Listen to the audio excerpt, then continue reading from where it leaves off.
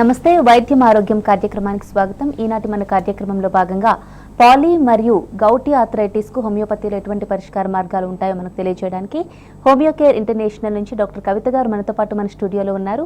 మీలో ఎవరైనా ఆర్థరైటిస్ సమస్యతో బాధపడుతూ ఉంటే వెంటనే స్క్రీన్ మీద స్క్రోల్ అవుతున్న నెంబర్స్కి కాల్ చేసి డాక్టర్ గారితో మాట్లాడొచ్చు. నమస్తే డాక్టర్. అంటే మనం ఆర్థరైటిస్ చాలా రకాలు చూసాం. ఈ రోజు మనం మాట్లాడుకుంటుంది పాలీ మరియు గౌటీ ఆర్థరైటిస్. అసలు పాలీ ఆర్థరైటిస్ అంటే ఏంటి, లక్షణాలు ఏ విధంగా ఉంటాయి? So poly is nothing but multiple joints effect అవ్వడం. సో చిన్న కీళ్ళు పెద్ద కీళ్ళు అన్నీ ఎఫెక్ట్ అవుతుందని పాలీ ఆర్థరైటిస్ అంటాం. సో ముఖ్యంగా ఇది ఆటో ఇమ్యూన్ డిజార్డర్స్. పాలీ ఆర్థరైటిస్లో మనకు రుమేటైడ్ ఆర్థరైటిస్ అండ్ ఎస్ఎల్ఈ ఆర్థరైటిస్ రెండు ప్రాబ్లమ్స్ మనం కన్సిడర్ చేయొచ్చు. సో మామూలుగా వేరే అదర్ ఆర్థరైటిస్ అయితేనేమో మనకి ఏదర్ బిగ్గర్ జాయింట్స్ కానీ వన్ ఆఫ్ ద జాయింట్ కానీ ఎఫెక్ట్ అయ్యే ఛాన్సెస్ ఉంటాయి.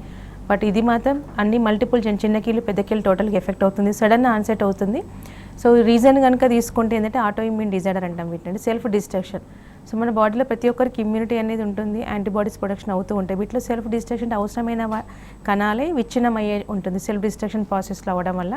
సో సడన్ ఆన్సెట్ వల్ల టోటల్ బాడీ జాయింట్స్ ఇమ్మీడియట్గా ఇబ్బంది గురయ్యే ఛాన్సెస్ ఉంటాయి. స్వెల్లింగ్ కానీ ఫీవర్ కానీ వచ్చే అవకాశాలు ఎక్కువగా ఉంటూ ఉంటాయి. ఇది చిన్నవాళ్ళు కానీ పెద్దవాళ్ళు కానీ ఇర్రెస్పెక్టివ్ ఆఫ్ ఏజ్ ఎవరికైనా రావచ్చు.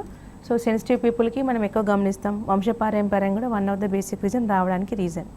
సో లక్షణాలు కనుక తీసుకుంటే మనకి సడన్ ఆన్సెట్ వస్తుంది విత్ వైరల్ ఫీవర్. ఇప్పుడు చిన్న పిల్లలు అయితే చాలామందికి ఫ్రీక్వెంట్గా కోల్డ్ రావడం, వైరల్ ఇన్ఫెక్షన్ త్రూ వచ్చే ఛాన్సెస్ ఉంటాయి. సోర్ త్రోట్ తర్వాత జాయింట్ పెయిన్స్ రావడం అనేది ఉంటుంది. పింకిష్ ర్యాష్ లాగా వచ్చే అవకాశాలు ఉంటూ ఉంటాయి. సో చాలామంది నెగ్లెక్ట్ చేస్తుంటే పిల్లల్లో వైరల్ ఇన్ఫెక్షన్స్ కామన్ కాబట్టి టాన్సిలైటిస్ రావడం కానీ నెగ్లెక్ట్ చేస్తుంటారు, యాంటీబయాటిక్స్ వాడుతుంటారు, మానేస్తుంటారు, మళ్ళీ రిపీట్ అవుతుంది. సో అలాంటి కండిషన్ వీళ్ళకి వచ్చే అవకాశాలు ఎక్కువగా ఉంటాయి కాబట్టి సో వాళ్ళకి కంపల్సరీ జాయింట్ పెయిన్స్ వచ్చి పింక్ ర్యాష్ వస్తే కనుక compulsory they need to consult doctor, compulsory care తీసుకోవాల్సి ఉంటుంది. జువెనైల్ రుమేటైడ్ ఆర్థరైటిస్ అంటే చిన్నపిల్లలు వస్తే ఏదో పాజిటివ్ ఎక్కువగా ఉండే ఛాన్సెస్ మనం గమనిస్తుంటాం. పెద్దవాళ్ళు వస్తే కనుక మనకి నార్మల్ ఆర్థరైటిస్ అంటాం, rheumatoid arthritis either sero positive poly arthritis or sero negative poly arthritis అంటాం. సో మల్టిపుల్ జాయింట్స్ ఎఫెక్ట్ అవుతాయి. ఇది కూడా మనకు కోల్డ్తో రావచ్చు, లేకపోతే సడన్గా ఓన్లీ జాయింట్ పెయిన్స్తోనే స్టార్ట్ కావచ్చు with swelling. So multiple joint with fever and swelling ఎక్కువ రావడం ఉంటుంది, స్టిఫ్నెస్ ఎక్కువగా ఉండడం, రోజువారీ కూడా పనులు మనం చేసుకోలేని పరిస్థితి, అంటే చిన్నపాటి వస్తువులను మనం మోయలేని పరిస్థితి, హ్యాండ్స్ మూమెంట్ కానీ ఇబ్బంది అవ్వడం, ఫింగర్స్ నెయిల్స్ ఎఫెక్ట్ అవ్వడం వల్ల రుమటాయిడ్ నాడులార్ ఫార్మేషన్ అవ్వడం, డ్రెస్సింగ్ వేసుకోలేకపోవడం, బోల్ట్ పెట్టలేకపోవడం, బాటిల్ మూత తేయలేని పరిస్థితి, మొత్తం ఓవరాల్గా బెడ్ నుంచి లేని పరిస్థితులు అయ్యే ఛాన్సెస్ ఉంటాయి. ఇనీషియల్ స్టేజ్ సివియర్గా బాడీ పెయిన్స్ వచ్చే ఛాన్సెస్ ఉంటూ ఉంటాయి చాలామందికి. సో అప్పుడు కూడా మనం నెగ్లెక్ట్ చేస్తే కనుక కొంతమందికి సడన్గా డిజీజ్ ప్రోగ్రెస్ అయ్యే ఛాన్సెస్ ఉంటాయి. సో ఈ ప్రోగ్రెస్ ఆఫ్ ద డిజీజ్ వల్ల స్టిఫ్నెస్తో పాటు రుమటాయిడ్ నాడుల formation, fixity of the joints అబ్నార్మల్గా అయిపోవడం, డిఫార్మిటీస్ ఏర్పడే అవకాశాలు ఉంటాయి. సో వీటికి తోడు ఐస్ ఎఫెక్ట్ అవుతాయి. కొంతమందికి డైరెక్ట్గా జాగ్రన్ సిండ్రోమ్ అంటాం, డ్రైనెస్ ఆఫ్ ద ఐస్ రావడం, విజన్ లాస్ అయ్యే ఛాన్సెస్ ఉంటాయి. కొంతమంది డైరెక్ట్గా కార్డియాక్ ప్రాబ్లమ్స్ కానీ, లంగ్స్ ఎఫెక్ట్ అవ్వడం కానీ, రిపీటెడ్ అబార్షన్స్ కానీ, అంటే depending upon case to case మనం డిఫర్ అయ్యే ఛాన్సెస్ ఉంటాయి. బాడీలో ఉండి మనం నెగ్లెక్ట్ కనుక చేస్తే తెలుసుకోకుండా ఉన్నా కూడా. సో ఈచ్ అండ్ ఎవ్రీ జాయింట్తో పాటు స్కిన్, హార్ట్, లంగ్స్, లివర్ ప్రతి ఒక్కటి ఎఫెక్ట్ అయ్యే అవకాశాలు మనం గమనిస్తామండి. అలాగే డాక్టర్, పాలియో ఆర్థరైటిస్ మీరు ఇప్పుడు చెప్పారు చిన్నపిల్లలకి కూడా రావడానికి ఛాన్స్ ఉందని. అంటే ఇప్పుడు చాలా లక్షణాలు చెప్పారు, బట్ స్టార్టింగ్ స్టేజ్లో ఏ విధంగా గుర్తించాలంటారు? సో ఇనీషియల్ స్టేజ్లో చాలామందికి అంటే కేస్ టు కేస్ డిఫర్ అయ్యే ఛాన్సెస్ ఉంటాయి. బట్ రిపీటెడ్గా common symptoms nothing but classic symptoms of the RA కనుక తీసుకుంటే sudden onset, fever and cold. So మనం బ్లడ్ రిపోర్ట్స్ చేయించినా కూడా ఈఎస్ఆర్ రేజ్ అవుతూనే ఉంటుంది, ఎనీ యాంటీబయాటిక్ కానీ రెస్పాండ్ అవ్వదు, పెయిన్స్ కంటిన్యూ అవుతూనే ఉంటాయి, ఫీవర్ పెరుగుతూనే ఉంటుంది. ఈవెన్ 1 వీక్ అయినా 10 days అయినా 1 month అయినా ఈ విధంగా పెరిగే ఛాన్సెస్ ఎక్కువ ఉంటూ ఉంటాయి. అన్ని కీల్ ఎఫెక్ట్ అయ్యి విత్ స్వెల్లింగ్ ఉంటుంది. స్వెల్లింగ్ వచ్చి స్టిఫ్నెస్ సివియర్గా ఉండడం, బాడీ మూవ్మెంట్ కష్టతరమయ్యే ఛాన్సెస్ ఉంటాయి. ఓకే, అలాగే ఈ లక్షణాలతో డాక్టర్ని అప్రోచ్ అయినప్పుడు ఏ విధంగా డయాగ్నోస్ చేస్తారు డిసీజ్ని? యాక్చువల్గా మనకు చూడగానే చాలామందికి అవుట్ ఆఫ్ 10 కేసెస్లో 8 టువర్డ్స్ కన్ఫర్మేషన్ కిందికే ఉంటాయి ఆర్ఏ లాంటి కేసెస్, ఎందుకంటే వాళ్ళ ఇబ్బందులు ఆ విధంగా ఉంటాయి. సో సైన్స్ ఆ విధంగా ఇందాక చెప్పినట్టు ఉండడంతో పాటు మనకు డయాగ్నోస్టిక్ అప్రోచ్ కనుక తీసుకుంటే బ్లడ్ టెస్ట్ ఎక్కువ చేయించాలి. సో రక్త పరీక్షలు కనుక తీసుకుంటే మనకు ఆర్ఏ ఫ్యాక్టర్ రూల్ అవుట్ అయ్యే ఛాన్సెస్ ఉంటాయి. సో పెద్దవాళ్ళ మనకు ఆర్ఏ నెగిటివ్ ఉన్నా కూడా దట్ ఈస్ నాట్ ఇది ఆర్ఏ కాదని నెగ్లెక్ట్ చేయొద్దు, అది రూల్ అవుట్ చేయొద్దు. సో ఆర్ఏ ఫ్యాక్టర్ చిన్నపిల్లలకు కంపల్సరీ పాజిటివ్ ఉంటుంది, కాకపోతే అది నెగిటివ్ ఉన్నా కూడా ASO tighter, anti CCP, CRP compulsory we need to consider. ESR అనేది ఎనీ క్రానిక్ ఇన్ఫ్లమేషన్లో మనకు ఫీవర్ వచ్చినా అది రేజ్ అవుతుంది. దాంతోపాటు ఇది anti CCP, CRP and ASO tighter, RA factor, ఈ 4 అనేది డయాగ్నోస్టిక్లో మనకు చాలా important. At the same time particular joints కనుక ఎక్స్రే కనుక తీపిస్తే మనకి డిఫార్మిటీస్ తెలుసుకునే అవకాశం అనమాట. నడులార్ ఫార్మేషన్ కానీ బోనీ డ్యామేజ్లో కూడా మనకి ఎరోజన్స్ కనిపిస్తూ ఉంటాయి. సో బ్లాకిష్ ఉండే అవకాశాలు ఎక్కువగా ఉంటే మనకి నడులర్ ఫార్మేషన్ గమనించే ఛాన్సెస్, డిఫార్మిటీస్ కూడా మనం గమనించే అవకాశాలు ఉంటాయండి. ఓకే, ఇలాగ గౌటీ ఆర్థరైటిస్ విషయానికి వస్తే ఇది ఎందువల్ల వస్తుంది, కారణాలు ఏంటి? యాక్చువల్గా మనకు మోర్ దెన్ 100 వెరైటీస్ ఆఫ్ ఆర్థరైటిస్లో కూడా ముఖ్యంగా ఎఫెక్ట్ అయ్యేది గౌటీ ఆర్థరైటిస్ కూడా వన్ ఆఫ్ ద వెరైటీ. ఇది లైఫ్ స్టైల్ ప్యాటర్న్లో వచ్చేది, అంటే నథింగ్ బట్ మనం తీసుకునే ఆహారపు అలవాట్ల వల్ల కానీ, టెండెన్సీ ఆఫ్ ద పేషెంట్ కనుక టెండెన్సీ ఉన్నా కూడా వచ్చే ఛాన్సెస్ ఉంటాయి. దానికి తోటి హెరిడిటరీ అంటే వంశపారంపర్యం కూడా వచ్చే అవకాశాలు ఉంటాయి. హై లివింగ్ పీపుల్ అంటాం. సో చాలామందికి ఇది హై లివింగ్ పీపుల్ అంటే హై ప్రోటీన్ రిచ్ డైట్ ఎవరైతే ఎక్కువగా తీసుకుంటారో వాళ్ళకి ఈ ప్రాబ్లం వచ్చే అవకాశాలు ఎక్కువ మనం గమనిస్తూ ఉంటాం. సో ఈవెన్ ద టెండెన్సీ ఉన్న నార్మల్గా అందరం ప్రోటీన్ రిచ్ డైట్ ఈ మధ్యలో అందరూ తీసుకున్నాం, బట్ ఆ టెండెన్సీ కనుక ఉంటే కనుక వచ్చే అవకాశాలు ఉంటాయి.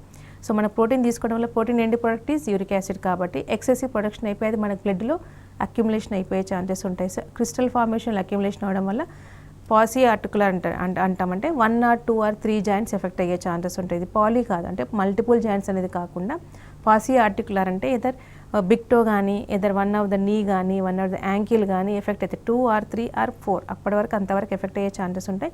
ఇది కూడా సిమిలర్గా joint affecting of the joint similar just like ఆర్యలానే ఉంటుంది. సడన్ ఆన్సెట్, సివియర్గా పెయిన్, రూబర్ కాలర్ అంటాం, రెడ్నెస్ ఆఫ్ ద పర్టికులర్ జాయింట్ సివియర్గా ఉండడం, టెండర్ టు టచ్, ముట్టుకుంటే కూడా సివియర్గా పెయిన్ వచ్చే ఛాన్సెస్ ఉంటాయి. డాలర్ అంటే సివియర్గా నొప్పి ఉండే అవకాశాలు ఉంటాయి. సడన్గా రావడం, ఇంకా ట్రిగ్గరింగ్ ఏంటంటే ప్రోటీన్ రిచ్ డైట్ తీసుకున్నప్పుడు కూడా ఎక్కువగా ఉండే ఛాన్సెస్ ఉంటాయి. ఈఎస్ఆర్ దీంట్లో కూడా రేజ్ అవుతుంది. దీనికంటే ముఖ్య పరీక్ష కనుక తీసుకుంటే సీరం యూరిక్ యాసిడ్ రేజ్ అవుతుంది.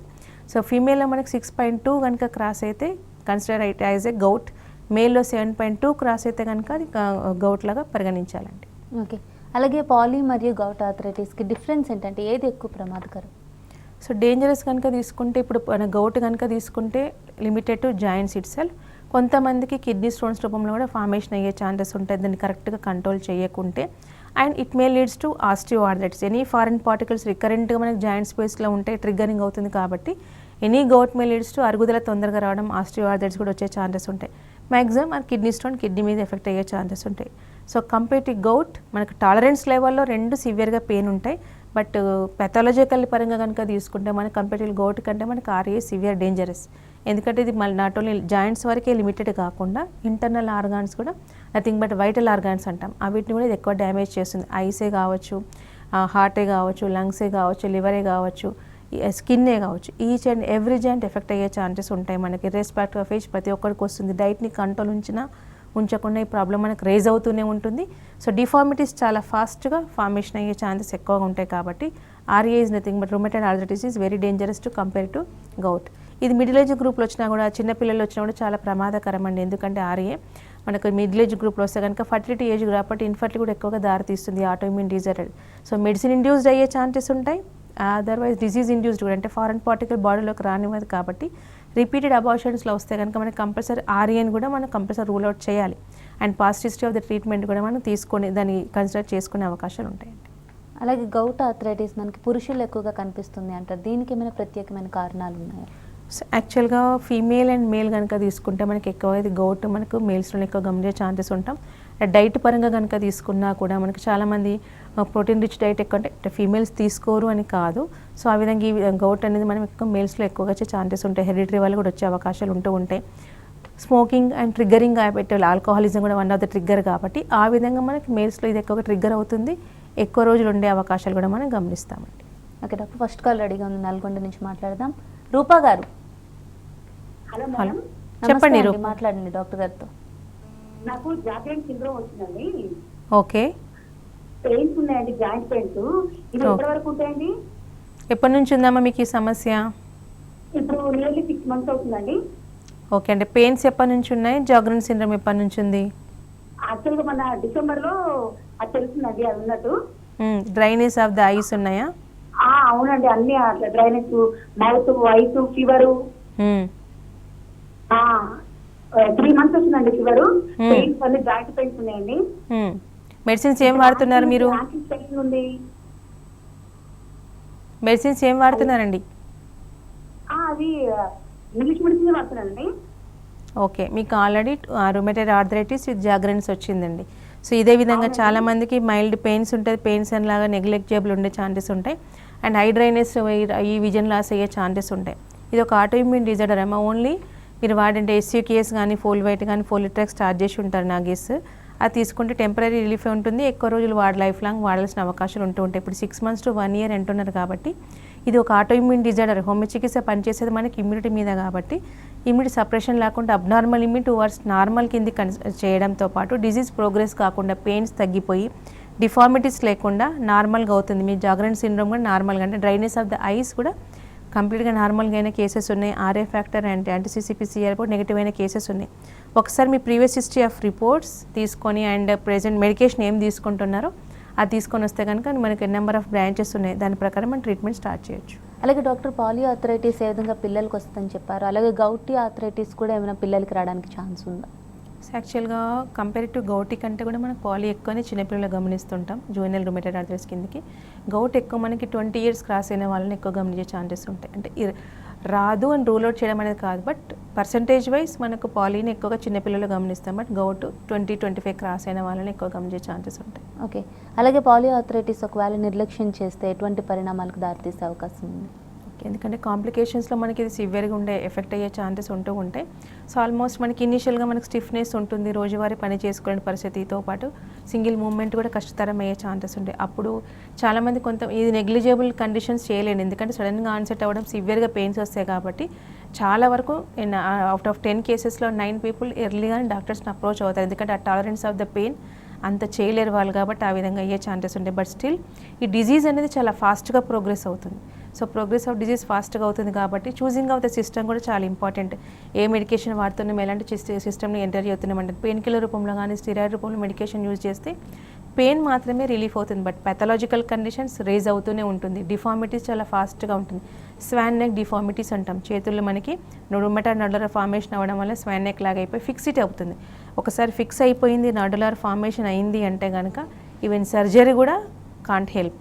సో మల్టిపుల్ జాయింట్స్ ఎఫెక్ట్ అవుతాయి కాబట్టి నీ కూడా ఎఫెక్ట్ అయ్యే డిఫార్మిటీస్ ఉంటూ ఉంటాయి. Ankles deformities, each and every joint effect అవుతుంది కాబట్టి ఇంకా ఆ జాయింట్ని మనకు నార్మల్గా మనం యూస్ చేయలేని పరిస్థితి. ఎల్బో జాయింట్స్ కూడా అదేవిధంగా ఫిక్స్ అయిపోతాయి. So fixity of the joint is a major concern ఉంటుంది. నెంబర్ ఆఫ్ పీపుల్ ఇది మేజర్ కాంప్లికేషన్గా మనం కన్సిడర్ చేస్తాం. Disease pathology on time control చేయకుంటే, చూసింగ్ కరెక్ట్గా చేయకుంటే. సో దానితో పాటు ఇందాక వచ్చిన కాలర్ లాగా ఐస్ డ్యామేజ్ అయ్యే ఛాన్సెస్ ఉంటాయి. జాగ్రన్ సిండ్రోమ్ అంట. So dryness of the eyes, మనకు న్యూట్రిషన్ అనేది జరగకుండా డ్రైనెస్ ఆఫ్ ద ఐ వల్ల విజన్ లాస్ అయ్యే ఛాన్సెస్ ఉంటాయి.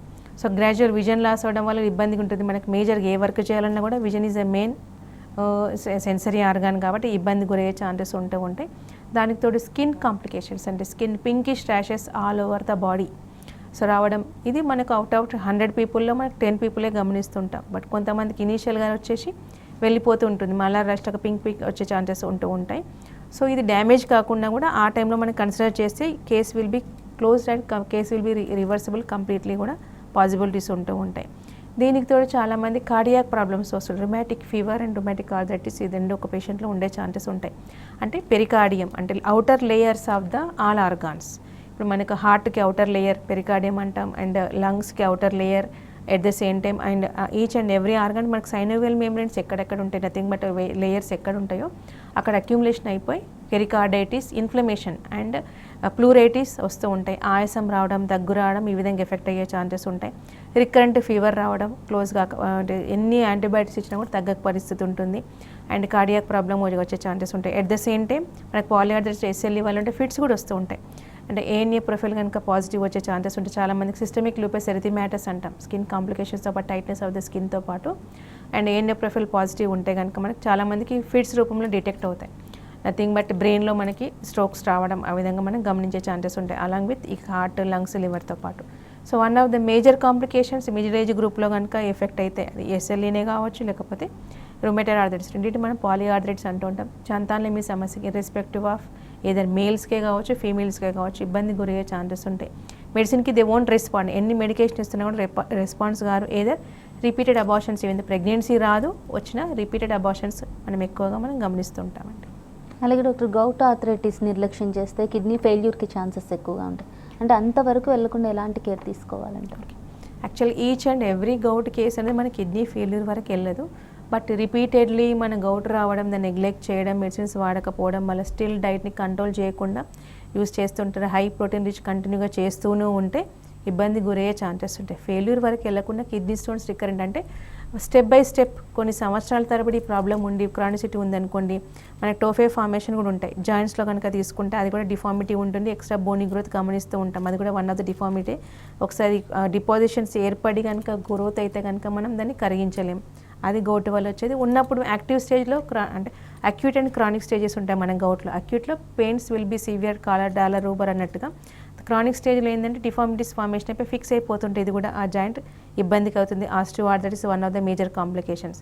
కిడ్నీ స్టోన్స్ కనుక ఫామ్ అయితే ఇప్పుడు రిపీటెడ్ కనుక మనకి చాలా వరకు కిడ్నీ స్టోన్స్ చాలా వెరైటీస్ ఉంటాయి. అందులో మనకి యూరిక్ యాసిడ్ క్రిస్టల్స్ కనుక ఫార్మేషన్ అయితే కనుక బ్లాకింగ్ ఏర్పడడం వల్ల, ఆ విధంగా బ్లాకింగ్ అనేది గ్రాడ్యువల్గా పెరగడం వల్ల కూడా ఇబ్బంది గురయ్యే ఛాన్సెస్ ఉంటాయి.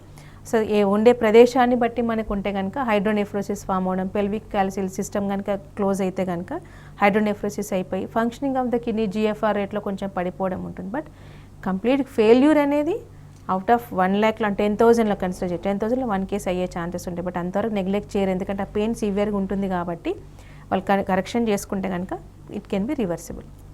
అలాగే శారీరక బరువు ఎక్కువ ఉండడం వల్ల ఒబెసిటీ ఉన్న వారికి కూడా ఈ సమస్య రావడానికి ఛాన్స్ ఉందా? ఎస్, యాక్చువల్గా RA కంటే కూడా మనకు గౌట్ అనేది ఒబెస్ పీపుల్ ఎక్కువగా ఉండే ఛాన్సెస్ మనం గమనిస్తామండి. సో దీనికి ఏంటి అంటే మనకు అంటే ట్రిగ్గరింగ్ అవుతుంది. సో దానివల్ల రావడం అని కాకుండా ట్రిగ్గరింగ్ పెరిగే అవకాశాలు మనం గమనించే ఛాన్సెస్ ఉంటాయి. ఓకే డాక్టర్, కాల్ ఉంది, మాట్లాడదాం. బాబు గారు. హలో హలో సార్, చెప్పండి. హలో బాబు గారు చెప్పండి. మేడం చెప్పండి, సమస్య ఏంటి? అయితే నడుము బ్యాక్ సైడ్ నడుము నొస్తుంది మేడము. ఓకే, నడుము నొస్తుంది డాక్టర్ గారు. ఎప్పటి నుంచి ఉంది సమస్య? దెబ్బ తగిలిందా, కింద పడ్డారా, ఏమైనా జరిగిందా? లేదు, అయితే ఇంజక్షన్ ఆపరేషన్ చేసినప్పుడు ఇంజక్షన్ ఇచ్చారు దొక్కకు. ఏం ఆపరేషన్ అయిందండి? మామూలుగా ఓకే, ఒక 1 year నుంచి మేడం, ఒక 1 year నుంచి. 1 year నుంచి ఇబ్బంది ఉంది. ఏం పని చేస్తారు మీరు? మేము అగ్రికల్చర్. ఓకే, కాళ్ళు లాగడం, తిమ్మిర్లు కూడా వస్తున్నాయా? కాళ్ళు లాగడము, తిమ్మిర్లు కూడా వస్తున్నాయా అంటున్నాను. అంటే అప్పుడప్పుడు సిమ్ములు వస్తాయి కానీ కాళ్ళేమో అంత గుంజినట్టు ఏముండదు. ఓకే, మీ వయసు ఎంత అండి? మా వయసు 45. ఓకే, బీపీ, షుగర్, థైరాయిడ్ ఏమైనా ఉందా? అవన్నీ ఏం లేదు, బీపీ ఏం లేదు. తర్వాత మరి 2 వస్తున్నాయి, ఎందుకు కొరకు అని చెప్పలా. 45, 47 దాకా ఉంటుంది. Okay okay. సో యాక్చువల్గా నడుము నొప్పి అనేది ఇంజెక్షన్ అన్నారు, సర్జరీ అన్నారు, రీజన్ చెప్పలేదు కానీ మైనర్ ఇంజురీ వల్ల అక్కడ డిస్క్ సమస్య కూడా వచ్చే ఛాన్సెస్ ఉంటాయి. కొంతమందికి ఏంటంటే అంటే మామూలుగా అక్కడ డిస్క్ బల్జీ రావడం కానీ, ఆస్టియోఆర్థరైటిస్ కిందికి అంటాం మనం, 1 వెరైటీ లుంబార్ స్పాండిలోసిస్ అంటాం. బల్జ్ అవడం వల్ల ఆస్టియోఫైటిక్ ఫార్మేషన్ అవ్వడం వల్ల కానీ కంప్రెషన్ అవ్వడం వల్ల స్టిఫ్నెస్ రావడం, సివియర్గా పెయిన్ వస్తుంది. So minor injury one of the reason. Agriculture అంటున్నారు, ఫిజికల్ ఎక్సర్షన్ ఎక్కువగా ఉంటుంది, over burden of the joints, over use of the జాయింట్స్తో పాటు కాల్షియం అండ్ విటమిన్ డెఫిషియన్సీ కూడా ఈ ప్రాబ్లం వల్ల ఈ సమస్య వస్తుందండి. ఒకసారి MRI లుంబార్ స్పైన్ కనుక తీస్తే డిస్క్ బల్జ్ చేసా, లేకపోతే అదర్ కిడ్నీ ఇష్యూస్ ఏమన్నా ఉన్నాయి. ఇప్పుడు మన కిడ్నీ పెయిన్ కూడా మనకు నడుము నొప్పి ద్వారా వస్తాయి. బట్ హిస్టరీలో కనుక తీసుకొని మీకు సర్జరీ అయింది కాబట్టి ట్రిగ్గర్ ఉన్నా కూడా 2 వైపులా కూడా వస్తుంది, వెనక నుంచి కిందికి కొంతమందికి లాగా. కిడ్నీ స్టోన్ అయితే బ్లాక్ అయితే కనుక డల్ ఏకింగ్ పెయిన్ రోజంతా ఉంటుంది. యూరినరీ బర్నింగ్ కొంతమందిలో ఉండొచ్చు, కొంతమందిలో ఉండకపోవచ్చు. సో మనకు స్కాన్ తీస్తే వాటి క్లియర్ కట్గా తెలుస్తుంది కాబట్టి దాని దగ్గరకు మనం ట్రీట్మెంట్ స్టార్ట్ చేస్తే ప్రాబ్లం రెక్టిఫై చేసుకోవచ్చు. ఓకే డాక్టర్, అలాగే మనం ఇందాక మాట్లాడుకున్నట్టు ఒబేసిటీ ఉన్న వాళ్ళకి రావడానికి ఛాన్సెస్ ఎక్కువగా ఉంది అంటున్నారు కదా. సో గౌటీ ఆర్థరైటిస్ ఉన్న వాళ్ళు వ్యాయామం చేయడం వల్ల కూడా పెయిన్స్ ఎక్కువ అవుతున్నాయి అంటూ ఉంటారు. సో వాళ్ళకి ఏమైనా ప్రత్యేకమైన వ్యాయామం ఉంటుందా? సో యాక్చువల్గా ఎక్సర్సైజ్ ఎనీ జాయింట్ వాళ్ళు, ఎనీ ఆర్థరైటిస్ ఉన్న వాళ్ళకి చేయొచ్చు ఇనీషియల్ స్టేజ్లో. అయితే కనుక సివియర్ పెయిన్స్ ఉన్న వాళ్ళకి దే కాంట్, ఎందుకంటే మూమెంట్ చేస్తే వాళ్ళకి ఇబ్బంది అవుతుంది కాబట్టి దే కాంట్. సిట్టింగ్ పొజిషన్లో అంటే మామూలుగా ఈ వెయిట్ అనేది, ఎక్సర్సైజ్ అనేది 2 ప్రతిసారి ఇబ్బంది గురి చేసే కండిషన్స్. వెయిట్ తగ్గాలి అంటే కంపల్సరీ వాకింగ్ చేయాల్సి ఉంటుంది, ఎక్సర్సైజ్ చేయాల్సి ఉంటుంది. సో బట్ ఎనీవే జాయింట్కి ఇబ్బంది కాకుండా, ఓవర్ బర్డన్ కాకుండా చేసుకోవాలంటే కనుక మనకు యోగా లాంటి ఎక్సర్సైజ్ కనుక చేయడం వల్ల స్ట్రెస్ అంటే ఈచ్ అండ్ ఎవ్రీ డిజీజ్కి మనకి మ్యాక్సిమం ఇండైరెక్ట్ కాజిటివ్ ఫ్యాక్టర్ కనుక తీసుకుంటే మెంటల్ స్ట్రెస్ యాడెడ్ థింగ్ ఉంటుంది. సో కాబట్టి ఆ స్ట్రెస్ మైండ్ అండ్ బాడీని మనకు బ్యాలెన్స్డ్గా ఉంచేది మన యోగా కాబట్టి సూర్య నమస్కారాలు కానీ యోగా కానీ చేయడం వల్ల ఏమవుతుంటే వాళ్ళకి ఎక్కువ డిస్కంఫర్ట్ జోన్ ఉండకుండా, డిజీజ్ ప్రోగ్రెస్ కాకుండా ఉంటుంది. And minor walking, so brisk walk లాంటివి చేస్తే ఇబ్బంది, కానీ నార్మల్ వాకింగ్ చేయడం వల్ల ఇబ్బంది ఏముండదు. ట్రెడ్మిల్ అంటే they need to avoid. So obese people treadmill చేసి ఇంకా బర్డెన్ ఆఫ్ ద జాయింట్స్ అవుతుంది కాబట్టి వేరే అదర్ కీలు కూడా ఎఫెక్ట్ అయ్యే ఛాన్సెస్ ఉంటాయి. వెన్ ద గౌట్ అయినా దే కాన్ మూవ్, అంత ఫాస్ట్గా వాళ్ళు మూవ్ చేయలేరు కాబట్టి ఇబ్బంది గురయ్యే ఛాన్సెస్ ఉంటాయి. ఈవెన్ ఆర్ఏ అయినా కూడా డిఫార్మిటీస్ ఉంటాయి కాబట్టి ఆ విధంగా ఉంటుంది. కాబట్టి ఫస్ట్ థింగ్ ఎక్సర్సైజ్ ఎంత ఇంపార్టెంటో diet is also very much important for disease pattern కనుక తీసుకుంటే. ఇప్పుడు గౌట్ వాళ్ళకి compulsory protein rich diet they need to avoid. So protein rich మనకి ఏముంటుంది, మనకు ముఖ్యంగా చికెన్, మటన్, నాన్ వెజ్లో ఎక్కువగా ఉండే ఛాన్సెస్ ఉంటాయి. అది compulsory they need to avoid. And triggering factor is smoking. Quit అంటే ఇమ్మీడియట్గా స్టాప్ చేస్తేనే వాళ్ళకి చాలా వరకు బెనిఫిట్ అయ్యే chance. Not only this disease, any డిజీజ్కి అది క్విట్ చేయాల్సిందే. At the same time alcoholism కూడా one of the major indirect triggering. So అది ఎన్ని మెడికేషన్స్ వాడుతున్నా కూడా వాళ్ళకి ఆ ప్రాబ్లం రెక్టిఫై కాకుండా కంటిన్యూగా ఉంటూనే ఉంటుంది. ఎందుకంటే ఈ ప్రాబ్లం వల్ల ఇది మనకి ఇండైరెక్ట్గా అది ఎక్కువగా డిపాజిషన్స్ అయ్యే పాసిబిలిటీస్ ఉంటాయి కాబట్టి they need to avoid.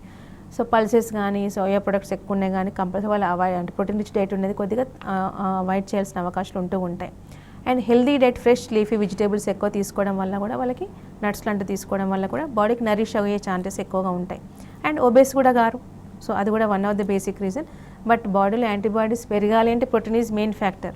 But in case of గౌట్లో దే నీడ్ టు అవాయిడ్. కాబట్టి అది కన్సిడర్ చూసుకుంటూ అదే ఫుడ్ డైట్ మెయింటైన్ చేసుకుంటే వాళ్ళకి ప్రాబ్లం రెక్టిఫై అవుతుంది, ఇబ్బందులు లేకుండా ఉండే ఛాన్సెస్ ఉంటాయి. అండ్ వెయిట్ కూడా నార్మల్గా మెయింటైన్ చేయొచ్చు. ఆర్ఏలో కూడా మనకు ఒబెసిటీ ట్రిగ్గరింగ్ అయ్యే ఛాన్సెస్ ఉంటాయి. ఇప్పుడు జాయింట్ ఎక్కడ కానీ ఒబెస్ ఉండడం వల్ల వెయిట్ బీరింగ్ అవుతుంది కాబట్టి over use of the joints అవుతుంది, ఓవర్ బర్డెన్ అవుతుంది కాబట్టి అది కొద్దిగా మనకు డైట్ మెయింటైన్ చేసే బెస్ట్. వీళ్ళకి కాల్షియం అండ్ ఐరన్ డెఫిషియన్సీ ఎక్కువగా ఉంటుంది కాబట్టి ఎక్కువ కాల్షియం రిచ్ ఫుడ్ తీసుకోవడం, ఐరన్ రిచ్ ఫుడ్ తీసుకోవడం వల్ల, సప్లిమెంటేషన్ వల్ల డిజీజ్ ప్యాథాలజీ పెరగకుండా active life they can lead. అలాగే ఆర్థరైటిస్ వంటి ఆటో ఇమ్యూన్ డిసీజెస్ అంటే శాశ్వత పరిష్కారం కోసం చూస్తూ ఉంటారు పేషెంట్స్. మనకి హోమియోపతిలో ఎటువంటి పరిష్కార మార్గాలు ఉంటాయి? సో చాలామందికి వచ్చే డౌట్ ఏంటంటే యాక్చువల్గా పెయిన్ ఉంటుంది కదా, హోమియోపతి చాలా స్లో కదా, దీర్ఘకాలిక సమస్య కదా, తొందరగా తగ్గుతుందో తగ్గదో అని చెప్పేసి అనుమానాలు ఎక్కువ ఉంటూ ఉంటాయి. బట్ ఇనీషియల్ స్టేజ్లో కనుక వస్తే పెయిన్ కూడా మనకి ఈజీగా తగ్గే ఛాన్సెస్ ఉంటాయండి. సో క్రానిసిటీ వచ్చింది, కొంతమంది 5 years ఆఫ్ డిజీజ్ ఉంది, 6 years ఆఫ్ డిజీజ్ వచ్చింది అనుకోండి, ఇట్ విల్ టేక్ టైం. ఇప్పుడు పెయిన్ కిల్లర్ కూడా ఏం హెల్ప్ చేస్తుందని ఇన్స్టాంట్ పెయిన్ రిలీఫ్ ఉంటుంది తప్ప అండర్లైన్ పెథాలజీ పెరిగి మీకు 6 years 7 years మందులు వాడుతూ తగ్గలేదని కదా వస్తుంది. కాబట్టి సో హోమియో చికిత్సలో కూడా మనకి అండర్లైన్ ప్రాబ్లం కరెక్షన్ చేస్తుంది, ఫ్రమ్ రూట్ అంటే మూలం నుంచి నిర్మూలిస్తుంది. కాబట్టి నెంబర్ ఆఫ్ కేసెస్ మనకు అవుట్ ఆఫ్ 10లో 8 to 9 కేసెస్ సొల్యూషన్ వచ్చిన కేసెస్ ఉన్నాయి, ఆర్ఏ ఫ్యాక్టర్ నెగిటివ్ వచ్చిన కేసెస్ ఉన్నాయి, ఏఎస్ఓ టేటర్ కానీ యాంటీసీసీపీ కానీ సిఆర్పి నార్మల్గా అయిన కండిషన్స్ ఉన్నాయి. ఎట్ ద సేమ్ టైం గౌటులో కూడా మనకి యూరిక్ యాసిడ్ లెవెల్స్ నార్మల్గా మెయింటైన్ అయిపోయి, స్వెల్లింగ్ తగ్గిపోయి, రూబర్ కాలర్ తగ్గిపోయి, ఇమ్మీడియట్గా పెయిన్ రిలీఫ్ ఉన్న కేసు కూడా చాలా ఉన్నాయండి. ఎందుకంటే ఇచ్చే జీసీఎస్ మెథడ్ విధానంలో కాన్స్టిట్యూషనల్ సింప్టమ్ వల్ల ఏంటి అంటే మనకు పెథలాజికల్ కండిషన్స్ పెరగవు, underline pathology progress of the disease control అవ్వడం, పెరగకుండా ఉండడం, కంట్రోల్ కరెక్షన్ సొల్యూషన్ విధానంలోనే ఉంటుంది. ప్లస్ పాయింట్ ఏంటంటే సైడ్ ఎఫెక్ట్స్ ఉండవు, మనం ఇచ్చే మెడిసిన్స్ అనేవి స్టెరాయిడ్ రూపంలో ఉండవు కాబట్టి బాడీని ఎలాంటి డ్యామేజ్ చేయదు. అండ్ ప్లస్ ఇమ్యూనిటీ బూస్టింగ్ అయ్యే ఛాన్సెస్ ఉంటాయి. ఇప్పుడు ఈ సీజన్ కోవిడ్ సీజన్ కదా, ఎనీ సీజన్ మనకి immunity is very much important. మనం యాక్టివ్ లైఫ్ లీడ్ చేయాలి అంటే ఎనీ బాడీలోకి ఎనీ ఇన్ఫెక్షన్స్ రాకూడదంటే కాబట్టి ఆ విధంగా కూడా మనకి మీకు ఇండైరెక్ట్గా హోమియో చికిత్స హెల్ప్ చేసే ఛాన్సెస్ ఉంటుంది. దట్టు హోమియో కేర్ ఇంటర్నేషనల్ మనకు జీసీఎస్ మెథడ్లో ఉంటుంది కాబట్టి అడ్వాన్స్ టెక్నాలజీ కాబట్టి డిజీజ్ చాలా ఫాస్ట్గా క్యూర్ అయ్యే ఛాన్సెస్ ఉంటుందండి. కాలేజ్ డాక్టర్ మంచిర్యాల నుంచి మాట్లాడదాం. స్వర్ణలత గారు, హలో. నమస్తే స్వర్ణలత గారు, చెప్పండి. PCOD problem madam. ఓకే, అందుకోసం దాని గురించి తెలుసుకుందామని కాల్ చేస్తున్నాను. ఎప్పటి నుంచి ఉందమ్మా ప్రాబ్లం ఏంటి, మీ వయసు ఎంత? ఒక 1 month అంటే 20 days అవుతుంది హాస్పిటల్ వెళ్ళినాము. ఓకే, మెడిసిన్ వాడండి 3 months వరకు అని చెప్పింది. ఓకే, రీసెంట్గా తెలిసింది. మీ వయసు ఎంత అండి? 29. ఇర్రెగ్యులర్గా వస్తాయా పీరియడ్స్? ఇన్ని రోజులు రెగ్యులర్గానే ఉండే, ఒక పోయిన మంత్లో ఒక 2 days గ్యాప్ వస్తే వెళ్ళినాం. ఓకే, పిల్లలు ఎంతమంది? పిల్లలు ఫస్ట్ మ్యారేజ్ అయ్యి 2 years అవుతుంది. ఓకే, సో అందుకోసమని చాలామందిలో పీసీఓడి పాలిసిస్టిక్ ఓవేరియన్ డిజీజ్ అంటాం, హార్మోనల్ ఇంబ్యాలెన్స్లో ఒకటమ్మా ఇది. సో ఇర్రెగ్యులర్ పీరియడ్స్ రీసెంట్గా స్టార్ట్ అయింది కాబట్టి, but that due to hormonal imbalance వల్ల దట్ ఈస్ నాట్ కన్సీవింగ్ కాదు. సో సిస్ట్ రూపంలో ఏర్పడడం వల్ల పీరియడ్స్ ఇర్రెగ్యులారిటీ ఉండడం, సిస్ట్ కరకపోవడం, ఓవ్యులేషన్ నార్మల్గా కాకుండా సంతానం మీ సమస్యకు ఉంది. ఇలాంటి కేసెస్కి మనకి 3 months మీకు హార్మోన్స్ కరెక్షన్ చేసినా పీరియడ్స్ రెగ్యులర్ అవుతుంది తప్ప ఓవ్యులేషన్ నార్మల్గా అవ్వదు. సో మీకున్న సమస్యకి హోమియో చికిత్స స్టార్ట్ చేస్తే పీరియడ్ రెగ్యులారిటీతో పాటు సిస్ట్లు కరిగిపోతాయి, వితౌట్ ల్యాప్రో అంటే సర్జరీకి లేకుండానే కరిగిపోయి న్యాచురల్గానే ఓవ్యులేషన్ అయిపోయి ఓవ్యులేషన్ క్వాలిటీ పెరిగి ప్రెగ్నెన్సీ రావచ్చండి. ఓకే డాక్టర్, అలాగే ఫ్యామిలీ హిస్టరీ ద్వారా మనకు ఆర్థరైటిస్ రావడానికి ఎక్కువ ఛాన్సెస్ ఉన్నాయి కదా, అంటే అలాంటి వారు అంటే ముందుగా ఎటువంటి కేర్ తీసుకుంటే వాళ్ళకి రాకుండా ఉండడానికి ఛాన్స్ ఏమైనా ఉంటుందా? సో యాక్చువల్గా మనకు ఈ ఆటోఇమ్యూన్ ఆర్ఏ కావచ్చు, ఎస్ఎల్ఈనే కావచ్చు, గౌటే కావచ్చు, OA, so irrespective of any arthritis మనకి hereditary is the main thing. So nowadays even hereditary లేకున్నా కూడా మా ఫాదర్కి అయితే 60 years తర్వాత వచ్చింది, మా మదర్కి 50 ఏళ్ళ తర్వాత వచ్చింది, నాకు 30 yearsకి వచ్చింది అనే కేసెస్ ఎక్కువగా ఉంటూ ఉంటాయి. ఎందుకంటే హెల్దీ లైఫ్ అనేది నవడేస్ లేదు, హెల్దీ డైట్ అనేది లేదు, pollution everywhere and mental stress at the same time career oriented ఎర్లీగానే ఎక్కువగా రన్ అవుతున్నారు కాబట్టి that and deficiency of the అంటే పొల్యూషన్ కాబట్టి క్వాలిటీ ఆఫ్ ఫుడ్ కూడా లేదు కాబట్టి ఎర్లీ ఏజ్లోనే వస్తున్నాయి. బట్ స్టిల్ హెరిడిటరీ కనుక ఉంటే చాలామంది కన్సిడర్ చేయాల్సింది ఏంటి అంటే they need to take healthy diet, moderate exercise and added habits కనుక ఉంటే కనుక ఇప్పుడు ఇందాక చెప్పి స్మోకింగ్ అండ్ డ్రింకింగ్ అండ్ దీని క్విట్ అలాంటి హ్యాబిట్స్ లేకుంటే కనుక యోగా చేయడం వల్ల మెంటల్ స్ట్రెస్ మనకు కంట్రోల్ అయ్యే ఛాన్సెస్ ఉంటాయి. హెల్దీ డైట్ కనుక తీసుకుంటే కనుక మే పోస్ట్ పోన్ అంటే డిజీజ్ ఈవెన్ ద ఫ్యామిలీలో రన్ అవుతున్నా కూడా మనకు దరిదాపులోకి రాకుండా కూడా చూసుకునే ఛాన్సెస్ ఉంటూ ఉంటాయండి. Right doctor, thank you so much. ఇది వాటి వైద్యం ఆరోగ్యం కార్యక్రమం. మరో ఎపిసోడ్లో మళ్ళీ కలుద్దాం. అంతవరకు సెలవు, నమస్తే.